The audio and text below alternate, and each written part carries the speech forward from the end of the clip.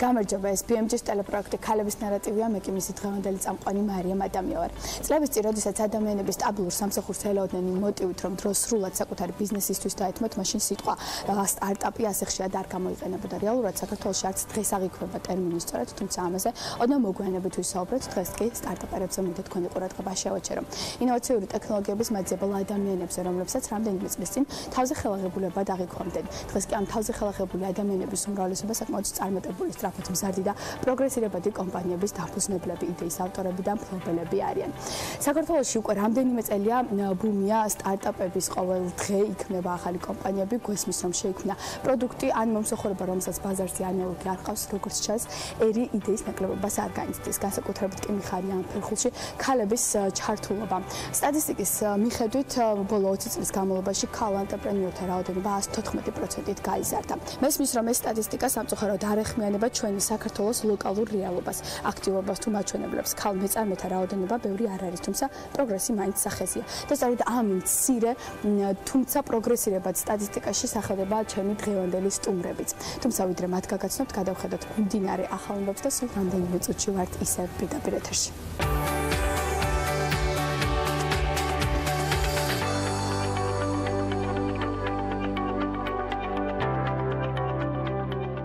ნიკო პიროსმანის ნამუშევრები გერმანიაში დიუსელდორფის ხელოვნების მუზეუმში გამოიფინება. ინფორმაციის კულტურული მემკვიდრეობის დაცვის სააგენტო ავრცელებს. გამოფენაზე 10 ნოემბრიდან 2019 წლის 10 მარტამდე ქართველი მხატვრის ნამუშევრები: მალაკნების ქეიფი, ხილის დუქანი, ორთაჭალის ტურფა და ნატურმორტი პაბლო პიკასოს, ამადეო მოდილიანის, მარკ შაგალის, ვასილი კანდინსკის, კაზიმირ მალევიჩისა და სხვათა შედევრებთან ერთად გამოიფინება. ამჟამად ნიკო პიროსმანიშვილის სტილოები ვენის ალბერტინას მუზეუმშია გამოფენილი.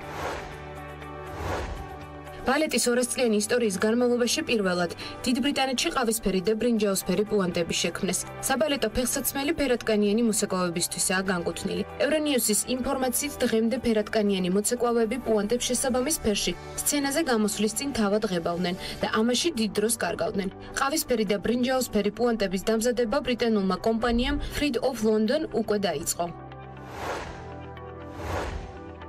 ცნობილმა ბრიტანელმა ურბანისტმა მხატვარმა ბენქსიმ საკუთარი შედევრის რეპროდუქცია შექმნა და ის ლონდონის ექსელ ცენტრში მსოფლიო ტურისტულ ბაზრობაზე გამოფინა. როგორც SBS News-ი იუწყება, ინსტალაციას გამყოფი კედელი ბეთლემში ჰქვია. რეპროდუქცია დანგრეულ კედელს წარმოადგენს, რომელიც ბეტონის ორი ნაწილისგან შედგება და მათზე პალესტინელი და ისრაელელი ბავშვები ანგელოზების სახით არიან გამოსახული. ორიგინალი გრაფიტი ბეთლემში სასტუმრო ვალედ ოფის გვერდით აგებულ გამყოფ კედელზე ხატია.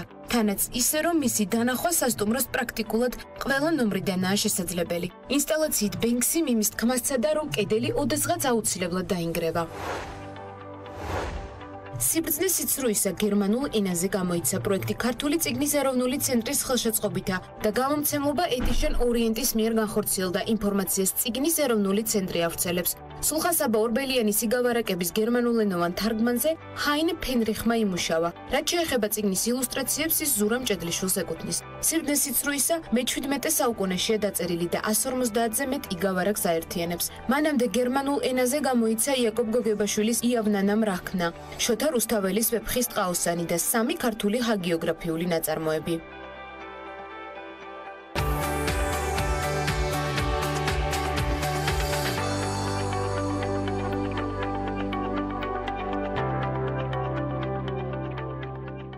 საქართველოს რომ პატარა ქვეყანა დამწყები მეწარმეებისათვის შეიძლება ითქვას რომ ხელსაყრელია და უპირატესობაც არის ჩვენთან დამწყები ყოველი მეწარმე სხვადასხვა შორის მიუხედავად სქესისა მიუწვის რომ ქვეყნის საზღვრები დატოვოს და ბიზნეს რეგიონალური ან ვისაც გაუმართლებს სწორად გათვლის გლობალური დანიშნულება მისცეს. სწორედ ამიტომ ჩემი აზრით რა თქმა უნდა საქართველოს სტარტაპ ბიზნესის დაწყებისათვის ზოგადად ბიზნესის წამოწყებისათვის ერთ-ერთი საუკეთესო ადგილია და ამას მსოფლიო ბანკის ბოლო ანგარიშებიც ადასტურებს. თუმცა სტარტაპერების თუ დამწყები მეწარმეების წინაშე კვლავ ბევრი გამოწვევა და პრობლემაა. სწორედ ამ გამოწვევებზე, ახალ იდეებზე და სიახლეებზე სასაუბროდ დავპატიჟეთ სტუმარი სტარტაპ კომპანია მინდორის დამფუძნებელი მარიტა გენებაშვილი. მარიტა, გამარჯობა. პირველ რიგში სანამ მინდორზე მოვყვებით მაყურებელს, მაინტერესებს თვით თუ არ არის სტარტაპ ბიზნესი ხართ თუ კომპანიის და საქმიანობის ტიპურად სხვა აღქმა გაქვთ? გამარჯობა მარიამ, დიდი მადლობა მოწვევისთვის პირველ რიგში. კი, სტარტაპის ესე ვთქვათ, განმარტება თუ შეგვიძლია ვთქვათ, არის ის, რომ სტარტაპ კომპანიას ერთ-ერთი მთავარი მომენტი რაც უნდა ქონდეს, არის რომ უნდა იყოს ინოვაციური. თორემ ანუ ახალი დაწყებული ბიზნესები არის უამრავი, ანუ შეიძლება მაგალითად სალონი გავხსნათ ქუჩაში, ვთქვათ, ჩვენს უბანში, მაგრამ ეს არ იქნება სტარტაპი, იმიტომ რომ ეს არ იქნება ინოვაციური ბიზნესი. ანუ სტარტაპის კატეგორიაში გადის ბიზნესი იმ შემთხვევაში, თუ მას აქვს რაღაც ინოვაციურობის კომპონენტი. შესაბამისად, ჩვენი დღევანდელი კომპანიები, რომელსაც მე და ჩემი მეუღლე ერთად მართავთ, უკვე მესამე წელია რაც სტარტაპერობაში გადავედით, ესე ვთქვათ, სამივე კომპანია ითვლება სტარტაპად, იმიტომ რომ პრინციპში ქართული ბაზრისთვის სამივე იყო და არის სიახლე. ინოვაციურ ტექნოლოგიებს ეფუძნება ხარ? კი, ანუ ან ბიზნეს პროცესის ინოვაციურობა უნდა იყოს, ან სერვისი უნდა იყოს ინოვაციური, ან პროდუქტი, ასე შემდეგ, ანუ სადღაც რომელიღაც კომპონენტში ინოვაციურობა უნდა ქონდეს. მაგალითად, ინებეჯი იყო პირველი კომპანია და პრინციპში რამდენიმე პატარ-პატარა კონკურენტები არიან, მაგრამ დღესაც ლიდერი კომპანია ამიმართულებით, რომ დიეტური საკვების, სრული საკვების, ანუ 4-ჯერადი კვების ადგილზე მიტანის სერვისი შესთავაზა მომხმარებელს. თავისთავად არის ონლაინ მაღაზია და ესეც საკმაოდ ახალი სიტყვა ქართულ ბაზარზე და პლუს თვითონ სერვისის სპეციფიკა, რომ მომხმარებელი აკეთებს ესე ვთქვათ გამოწერას სრული სპექტრის მენიუსი და საუზმეს ადგილი ვახშამი წახემსება სრულად მისდის ყოველდღიურად იმისთვის, რომ მეორე დღეს დაბალანსებულად და ჯანსაღად იკვებოს. მარიტა, ინებემდე მივიღოთ, თუმცა მანამდე მინდა რომ მოვყვეთ მაყურებელს რას გულისხმობს მინდორი, რომელიც ქართულ ბაზარზე სულ ახლახანს გამოჩნდა. კი, ჩვენ რეალურად არც გამოვჩენილ ვართ ბოლომდე ქართულ ბაზარზე, იმიტომ რომ ეს პროდუქტი ჯერჯერობით პროტოტიპის რეჟიმშია, ხვალ მივფრინავთ ჩინეთში, სადაც გამოფენაზე უნდა წარვადგინოთ უკვე ეს პროდუქტი და ვფიქრობთ, რომ დაახლოებით დეკემბერში უკვე ხელმისაწვდომი იქნება ქართველი მომხმარებლისთვისაც და ზოგადად მომხმარებლებისთვის, რომ შეიძინონ ეს პროდუქტი. მინდორი არის ინტერიერის მრავალდონიანი ფერმა, სადაც რომელიც საშუალებას აძლევს მზარეულებს, შეფმზარეულებსაც და სახლის მზარეულებსაც, რომ სახლიდან გაუსვლელად ყოველგვარი ან აივნის, ან მზიანი ფანჯრის გარეშეც კი გაზარდონ სახლში მათთვის სასურველი მწვანილი თუ მცირე ზომის პოსტნაული. ამ პროდუქტის არსი მდგომარეობს იმაში, რომ ჩვენ შევქმნით ინოვაციური მიწის კაფსულა, რომელიც არის სპეციალური მიწის ნაზავი, სადაც წინასწარ არის უკვე მოთავსებული თესლი. მომხმარებელს სჭირდება მხოლოდ ის, რომ ეს მიწის კაფსულა მოათავსოს მინდორის გროუერში. პრინციპში კადრებსაც ნახავს მომხმარებელი, რომ მარტივად მიხვდეს როგორ. კი, ეს არის სახლის მინი სათბური, ესე ვთქვათ, სადაც ადამიანს არ სჭირდება არავითარი გამოცდილება ან ცოდნა იმისა, თუ როგორ უნდა დათესოს, რამდენი წყალი უნდა დაამატოს, ან რამდენი სასუქი უნდა გაუკეთოს ასე შემდეგ. ანუ ეს ყველაფერი მოხსნილი აქვს, იმიტომ რომ თავისთავად ეს მიწა არის უკვე სრულყოფილი მიწა, უკვე მას აქვს დანამატები ბიოლოგიური ან ბიოსასუქები და ასე შემდეგ, რომელიც უკვე ისეთ გარემოს უქმნის მცენარეს, რომ მარტივად გაიზარდოს, მხოლოდ წყლის დამატება დასჭირდება მომხმარებელს. სტარტაპ კომპანიის შექმნის მიზანი რა იყო? ანუ თავიდან რატო გაგიჩნდათ იდეა, რომ შეგექმნათ ეს მინი სათბური სახლის პირობებში? იცით რა იყო? ჩვენ იქიდან გამომდინარე, რომ ინების სამზარეულო გვაქვს უკვე 2 წელია და უკვე ჩვენ თვითონ როგორც არა მხოლოდ როგორც სახლის მზარეულები, არამედ როგორც პროფესიონალი მზარეულები ესე ვიძენთ უკვე წლის მანძილზე გარკვეულ მწვანილებს თუ ბოსტნეულს. ხშირად გვაქვს ეს პრობლემა, რომ არის კონკრეტული სახეობები მწვანილების ან ბოსტნეულების, რომლებიც უბრალოდ არ არის ხელმისაწვდომი მთელი წლის მანძილზე, იმიტომ რომ არის ძალიან სეზონური და ჩვენი ქართული სათბურები, ანუ არ უზრუნველყოფენ ამ კონკრეტული პოზიციების წარმოებას მთელი წელი. მაგალითად რუკოლა, მაგალითად ბაზილიკი, რომლებიც ძალიან მოთხოვნადია განსაკუთრებით ევროპული სტილის სამზარეულოებისთვის, მაგრამ რეალურად არის მხოლოდ ძალიან მცირე ხნით ხელმისაწვდომი ქართულ ბაზარზე. შესაბამისად, ჩვენ ვიფიქრეთ, რომ მოდით რაღაც შეგვექმნა ისეთი პროდუქტი, რომელიც საშუალებას მოგცემდა მცირე რაოდენობით, იმ რაოდენობით კონკრეტულად, რაც კონკრეტულ ადამიანს სახლის პირობებში ან რესტორანს სჭირდება, უკვე ადგილზევე მოვიყვანოთ, იმიტომ რომ სათბურში ამის მოყვანა უბრალოდ ქართულ ბაზარზე არის არარენტაბელური. ან იმხელა მოთხოვნაც არ არის, რომ დიდმა სათბურებმა დიდი რაოდენობით აწარმოონ ეს მწვანილი, მაგრამ სამაგიეროდ არიან რაღაც მცირე რაოდენობის, მაგრამ კარგი ხარისხის ხის რესტორნები და ვთქვათ სახლის მზარეულები, რომლებიც გატაცებული არიან კულინარით,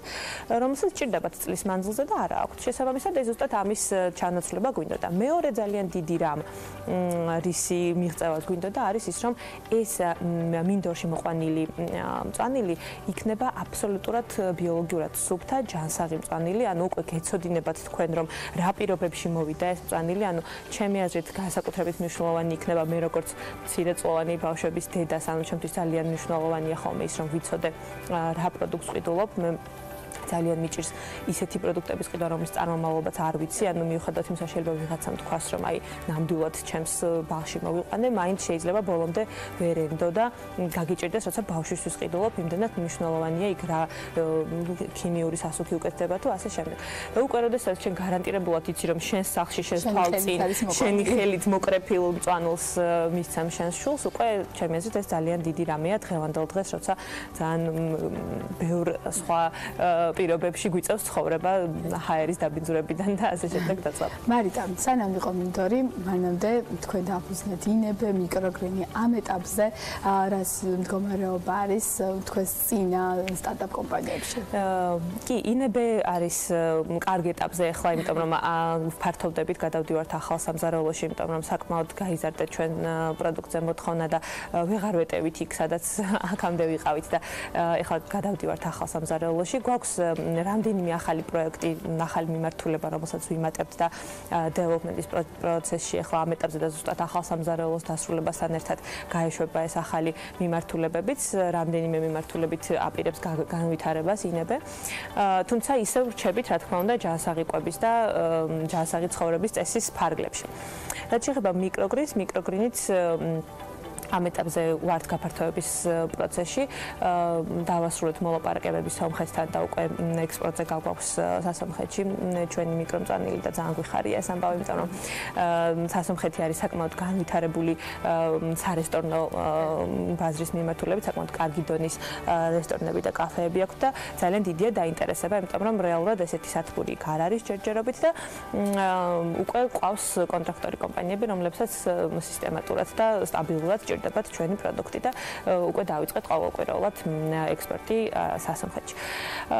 ძალიან გვინდა სხვა ქვეყნების დამატებას ნელ-ნელა, თუმცა რაღაც ეტაპობრივად ამ მიმართულებით მოკლედ განვითარებას ვგეგმავთ. მინდორიც რაღაც რეალურად მიკროგრინის ლოგიკური გაგრძელებაა, ასე ვთქვათ, მიკრომწვანილიდან უკვე მზასრულ მწვანილებზე ავედით და გადავედით. და რა ეტაპზე იქცევა უკვე სტარტაპ კომპანია ბიზნესაც სერიოზულ?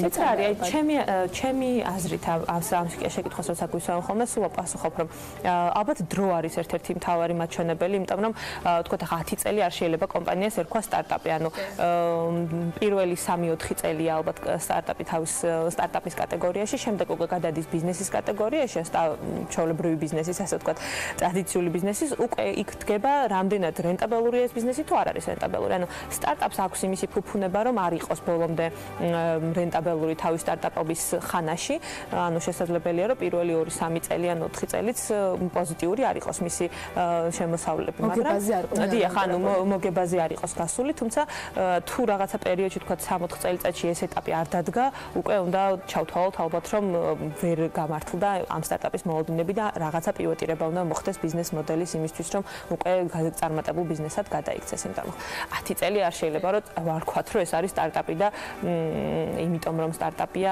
აქვს უფლება რომ მოგება არ ქონდეს.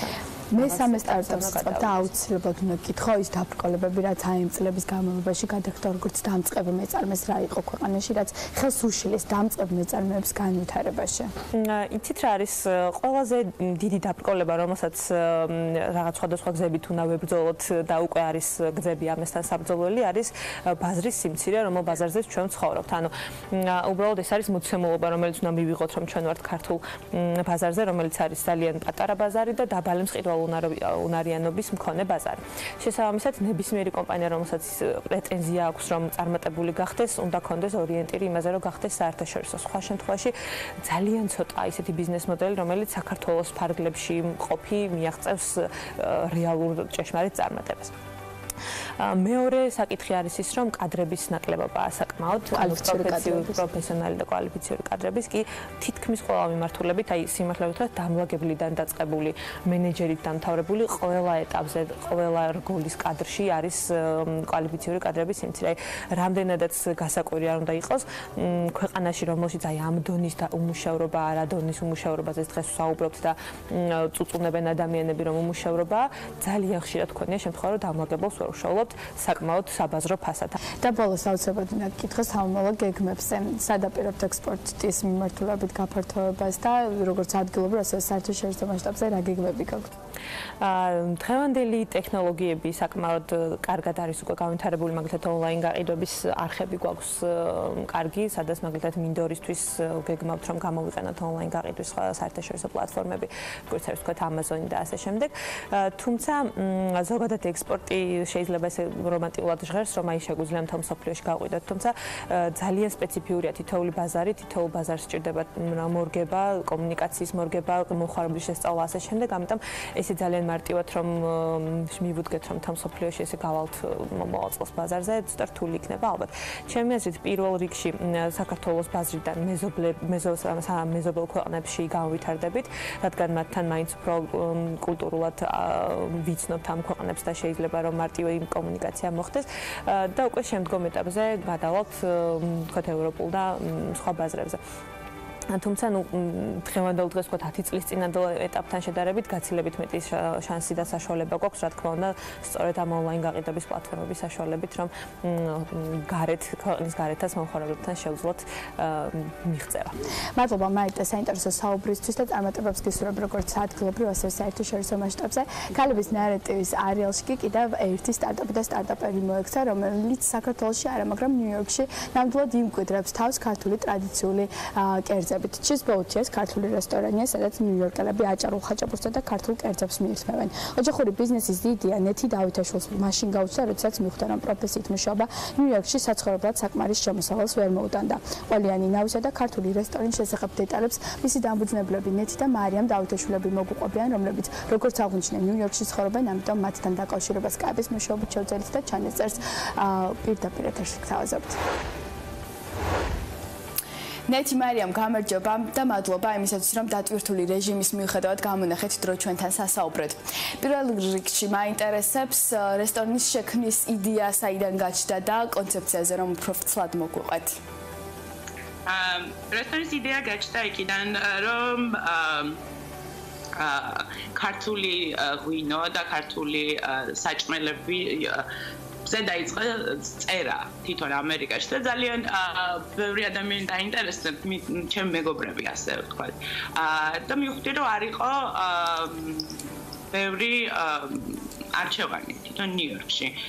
იმის მიუხედავად, რომ ძალიან დიდი დიასპორაა ქართული ნიუ-იორკში.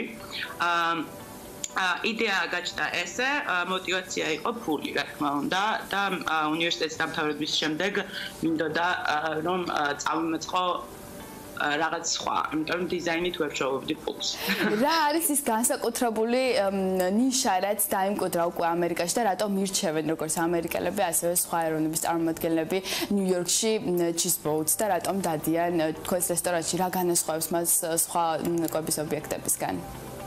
ალბათ იმიტომ რომ არა მარტო ქართული სამზარეულო გვაქვს ჩვენ, ანუ გათანამედროვებული ქართული სამზარეულო გვაქვს. მაგალითად აჭარული ხაჭაპური ჩვენ საქართველოში როგორც ვიცით, მხოლოდ ესე ყველით და კვერცხის გულით და კარაქით, ну ეს როგორც კლასიკური, ეგეც გვაქვს რა თქმა უნდა, მაგრამ ასევე გვაქვს 20 თუ 25 სხვადასხვა აჭარული.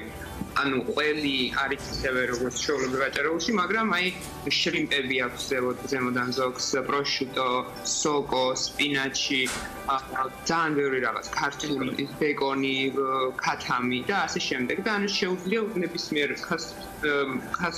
სტუმარს აირჩიოს ეს თავისი აჭარული, როგორც აი ანააწყოს თვითონ, აი მაგალითად შრიმპიც უქნას, სპინაჩიც, სოკოც და ანუ როგორც მოუნდება ისე გააკეთოს. რა არის გარდა, რა თქმა უნდა, აჭარული ხაჭაპურისა ყველაზე პოპულარული კერძი რესტორანში? ხინკალი. ძალიან უყვართ საფერავი, ქვევრის. ქინძმარაული უყვართ ძალიან. ხაწითელი უყვართ კიდეც ძალიან.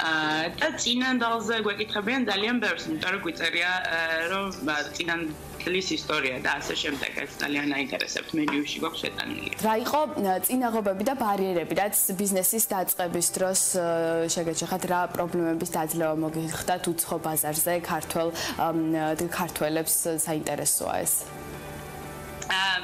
მე პირადად ერთ საუნიშნავრო ვიყავი პატარა, ასე ვთქვათ, რესტორნის ბიზნესისთვის მით უმეტეს, ვიყავი 27 წლის და პირველი პრობლემა ის იყო, რომ თავი უნდა დამემკვიდრებინა და ძალიან ხშირად სერიოზულად არ აღმოთხოვდნენ.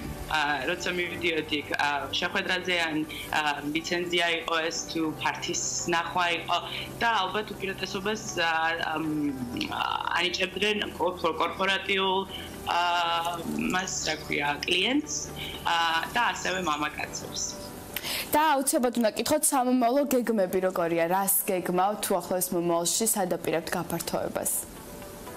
უახლოს მომავალში ვგეგმავთ ასე ვთქვათ fast food-ი, ანუ სწრაფი cheeseboat-ის გაკეთებას, რაც იქნება ალბათ მანჰეტენზე და გვინდა გადავიტანოთ ჩრდილოეთით, ანუ ტეხასისკენ და კოლორადოსკენ cheeseboat-ი.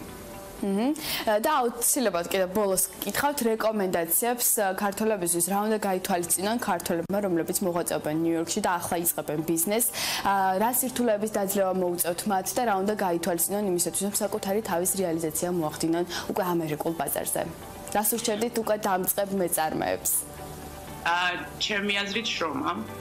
ძალიან ამერიკაში ძალიან დიდი მარკეტია და ასევე კონკურენცია და ძალიან ბევრი შრომა საჭირო, არ დაგეზაროთ შრომა და რა თქმა უნდა ამბიციები, არ დანებთ.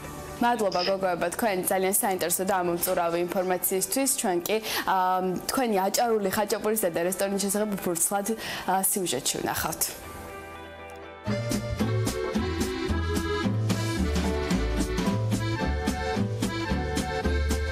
ხაჭაპურს საქართველოში განსაკუთრებული წარსდგენა არ სჭირდება, თუმცა ჩვენი კულინარიის სავიზიტო ბარეთს თავის დამკვიდრება და პიცის მოყვარული ამერიკელების გულისმოგება მაშინ მოუწია, როდესაც ბრუკლინი ყველიანი ნავი და ქართული სულისკვეთება ერთმანეთს გადაეკვეთა. ასე შეიქმნა ქართული ჰიპსტერული რესტორანი ჩიზბოთი, რომელიც ყოველდღიურად ახალგაზრდა ნიუ-იორკელებს უმზადებს აჭარულ ხაჭაპურს, იგივე ყველიანი ნავს, რომელიც გაცილებით მეტია, ვიდრე უბრალოდ ყველიანი პური. ამერიკელები აქ ჩვეულებრივი აჭარული ხაჭაპურის გარდა მოდიან, რომ დააგემოვნონ ტკბილი მასკარპონეს ნავი, ალუბლის ჭირით, ან აჭარული კრევეტებით, ნიორწყლის დამატებით, აჭარული ქათმით, ლურჯი ყველით, ბეკონით და ისპანახით. მოკლედ, ბევრია როგორც სახეობა, ასევე იდეაც.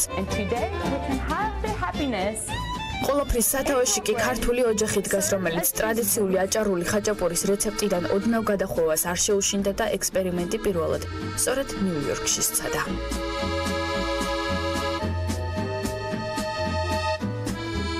საბოლოოდ სხვა შტატებში გაფართოებასაც გეგმავენ. დაიწყება სან-ფრანცისკოთი, გაგრძელდება ტეხასით და საბოლოოდ ყველიანი ნავი გაცურდება ჯერ მთელს ამერიკაში, შემდეგ კი ევროპის მასშტაბითაც გაფართოვდება. მადლობა ჩემს რესპონდენტებს და მადლობა თქვენ, რომ იყავით ჩვენთან ერთად. ჩვენი გადაცემა კი ამით დასრულებულია. მე შეგახსენებთ, რომ ჩვენი დღევანდელი მასპინძელი იყო ფორუმი ახალი ნათების შოურუმი. მომავალ შეხვედრამდე გაგშვიდობებით.